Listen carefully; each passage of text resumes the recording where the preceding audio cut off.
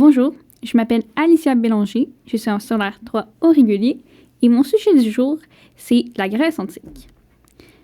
Dans ce podcast, je vais parler de plusieurs choses. Je vais parler de ce qu'ils nous ont laissé aujourd'hui, comme le Parthénon ou encore la démocratie. Je vais parler aussi de 2 divinités grecques que j'ai choisies parce que c'était personnellement 2 de mes préférés et que j'ai envie de vous le faire découvrir avec moi. Et aussi d'un truc, un petit bonus que je préférerais bien vous partager. Premièrement, je vais parler du Parthénon. Le Parthénon, c'est un temple destiné à la déesse Athéna, mais aussi un trésor. Je dis un trésor, mais pourquoi? En fait, à la déesse, il y a une statue d'elle qui a été faite en plus d'1 tonne d'or. On l'appelle l'Athéna Parthénos. Et en cas de besoin, les Grecs allaient faire fondre un peu son or pour faire, admettons, peu importe, soit des bijoux ou encore des drachmes, qui étaient la pièce de monnaie utilisée dans ce temps-là. Voilà, fait que c'était dans le temple, il y avait l'Athéna Parthénos qui était comme trésor vraiment qu'on pouvait aller prier et donner des offrandes à la déesse Athéna, qui était son temple dédié.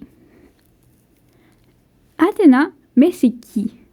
Eh bien, en fait, Athéna, c'était une déesse, évidemment, de la sagesse, de la stratégie guerrière, de la raison, mais c'était une déesse aussi protectrice des héros grecs, comme Achille ou Héraclès, ou encore Persée, ou Ulysse, enfin bref, il y en avait plein.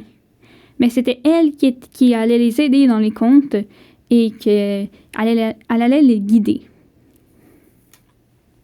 Athéna était représentée souvent toute armée, avec son casque, sa lance, ou encore avec l'égide, qui était son bouclier magique. Mais quand je dis magique, c'est parce qu'il était autant aidant à la défense qu'à l'offensive.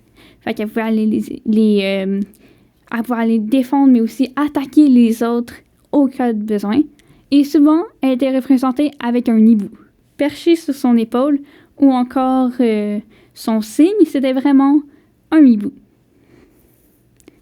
Le deuxième dieu que je vais parler cette fois-ci, c'est Dionysos. Dionysos qui est connu pour le vin, pour être le dieu du vin et de la vigne, mais il est aussi le dieu du théâtre. C'est grâce à lui aussi que le premier théâtre grec a été fondé, le berceau de tous les autres théâtres et surtout du théâtre grec.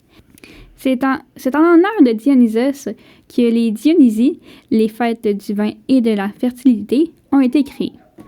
Dans le fond, les Dionysies, c'était plusieurs jours de fêtes où est-ce qu'on buvait souvent du vin, en fait, la plupart du temps, où est-ce qu'il y avait aussi, comme aujourd'hui, dans le fond, des festivals.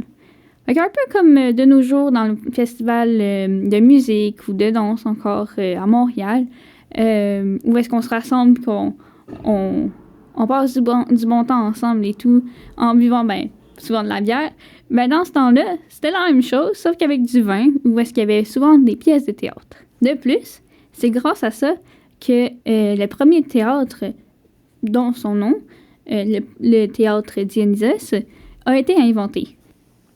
Donc, c'était le berceau de tous les autres théâtres qui vont arriver au fur des temps modernes qui arrivent et encore autant avant qu'aujourd'hui. Ça nous arrive encore de jouer des pièces de théâtre grecques très connues dans les classes ou au cégep ou peu importe. Sur ce, c'était la fin de ce podcast.